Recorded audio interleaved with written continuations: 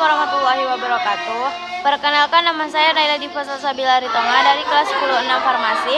Saya ingin meresensi buku yang berjudul Senja, Hujan, dan Cerita yang Telah Usai. Nah, buku ini saya pilih dari buku yang lainnya karena buku ini sangat menarik bagi saya untuk diresensikan.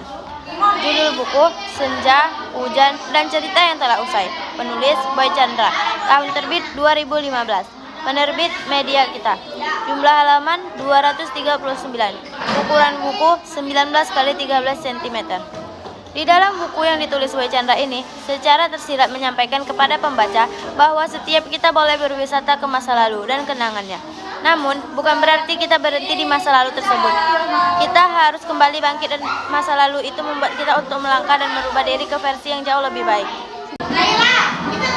Buku Senja, Hujan, dan Cerita yang Telah Usai mempunyai judul yang menarik, mengangkat curhatan hati dan cerita yang sedih, yang disandingkan suasana di saat senja dan hujan.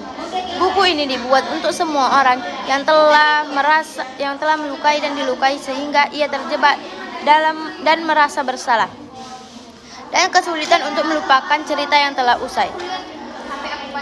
Boy Chandra mengajak pembaca untuk meninggalkan masa lalu yang pernah terjadi dan mulai mengalami masa kini untuk masa depan yang lebih baik. Di dalam buku ini terdapat 7 bab dan berbagai macam judul. Di dalam buku ini terdapat juga kelebihan dan kekurangan serta pesan moral. Untuk kelebihan, dengan buku ini pembaca bisa menjadikan masa lalu sebagai bahan pembelajaran, karena belajar dari masa lalu untuk kehidupan yang lebih baik. Hal penting yang harus setiap orang terapkan dalam hidupnya.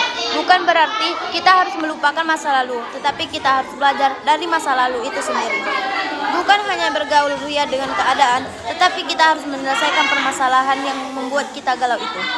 Untuk kekurangannya, yang pertama, meski hanya merupakan sebuah cerita curhatan dari sebuah penulis, tapi ada beberapa kalimat yang susah dipahami karena penulis ini menggunakan bahasa Indonesia yang puitis.